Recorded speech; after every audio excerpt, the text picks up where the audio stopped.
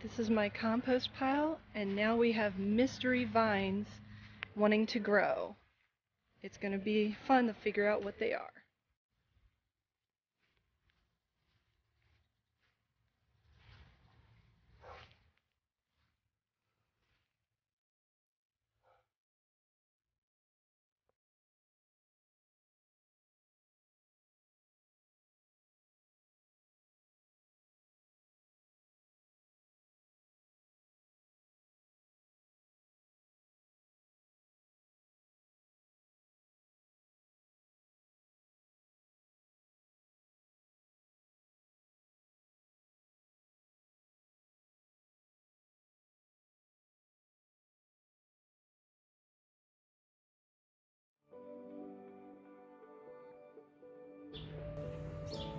Back in the squashes and zucchinis, and they have taken off. This is just 5 days later.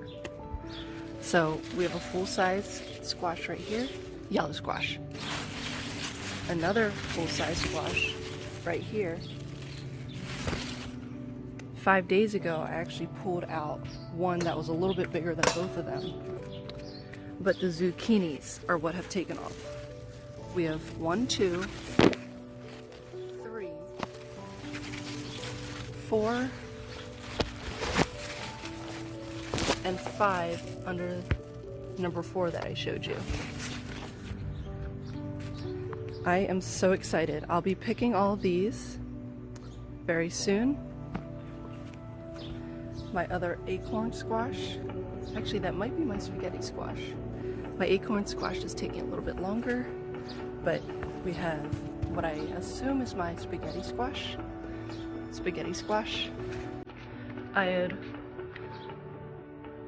Here's another little spaghetti squash.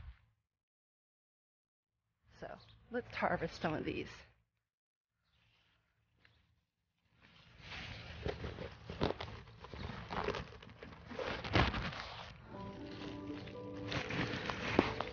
What's the matter with these feathers? The veggie won't cut? Oh, there, we got it. I was just being goofy. If any of you guys recognize that. So, I'm going to harvest the rest of these and show you the end result.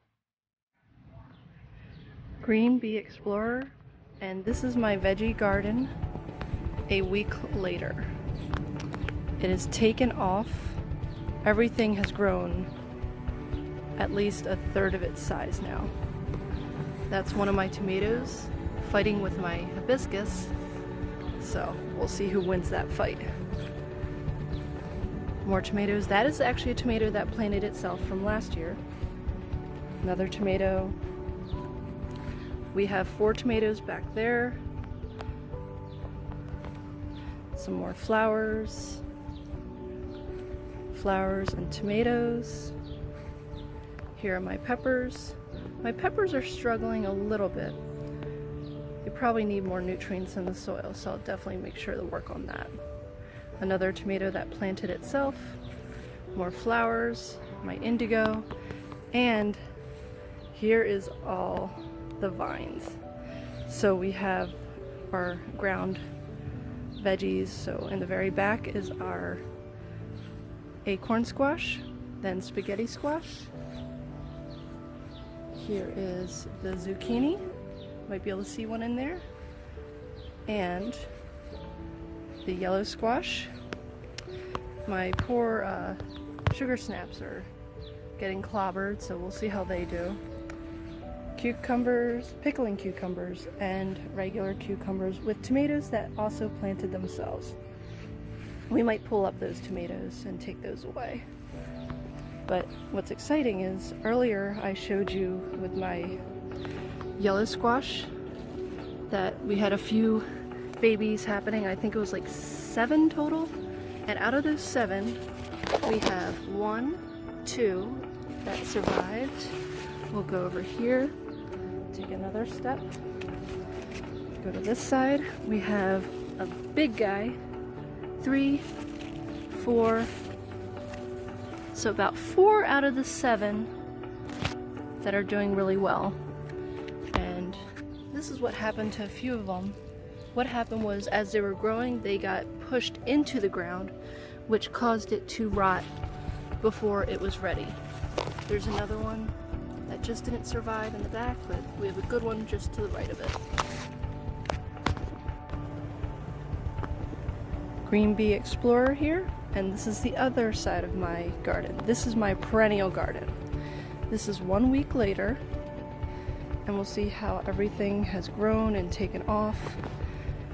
My ground cover sedum has really spread. My ground cover hosta is spreading as well. Daisies are in full bloom. Unfortunately, my Sylvia hasn't bloomed yet, so not sure if we put it in shock or it's just taking its time for later. Tick seed, of course, is taking off. I trimmed all of those dead heads and all the flowers came back. So we'll deadhead some of that again. The rose bush took off, but it's also going to be needing deadheading as well, so we can continue the blooms.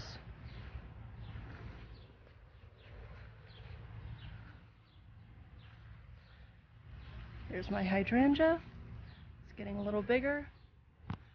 My wisteria. My wisteria had a long stringy vine on it. So what I did was I cut it back to its 5th node. So its original location, I counted 5 nodes out and then cut it. And this is self-planted. I'm not sure quite what it is yet. It's some kind of squash. So we'll see. It's growing big and tall, searching for sun. It planted itself from my compost, so whatever fell in that compost. But we have a little bit right here, so we'll see. It's green. So we're excited to see what this will turn into. Some of you might be able to judge just from seeing that, but I'm excited to find out. I realized in my last video I didn't show you my clematises. They've gotten much taller and blooming like crazy. My one here is a dark purple, and the other one here is a white with a light pink purple. And another thing to note about this self-planted squash is it's taken over my back area, which is about 10 foot by 7 foot in size.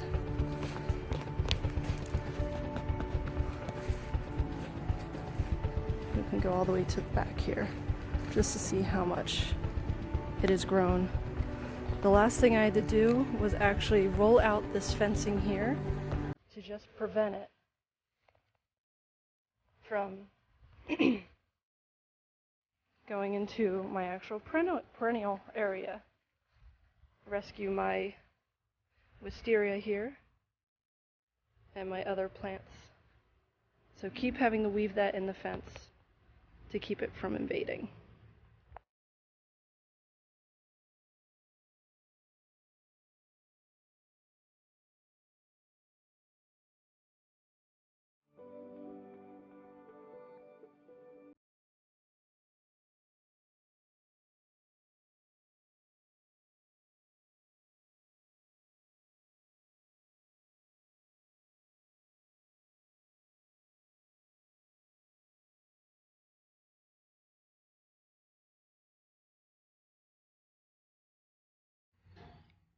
We are back in the garden, end of summer, and I just wanted to give you a brief view before we take a close-up. And here is our close-up. I've been harvesting this entire summer.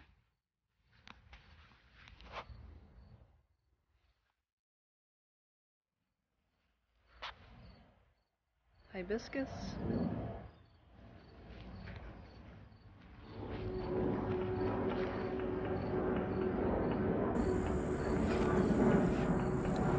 If you see some of my other videos, I planted a lot of new plants that I was able to get from another gardener. A lot of unique ones too. So definitely take a look at that.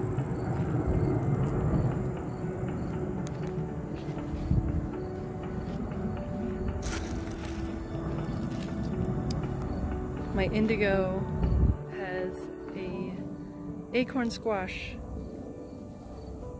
climbing on it. Everything's been growing really well.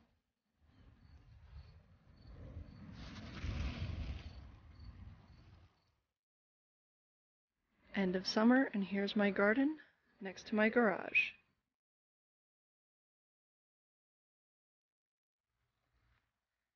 Like I said in previous videos, I explained a lot more of what these flowers are and the ones I was able to get from another gardener, another friend.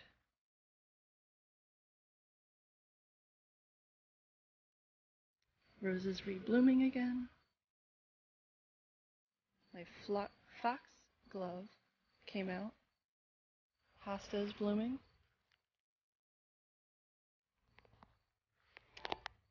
And we found out it's spaghetti squash. And I'm not quite sure what happened. I was trying to trim off the powdery mildew, but maybe I wasn't successful.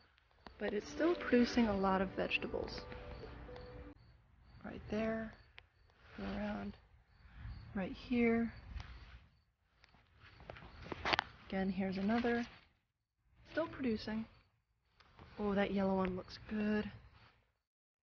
Oh, that yellow one is so close to being picked. Now I'm really craving spaghetti squash.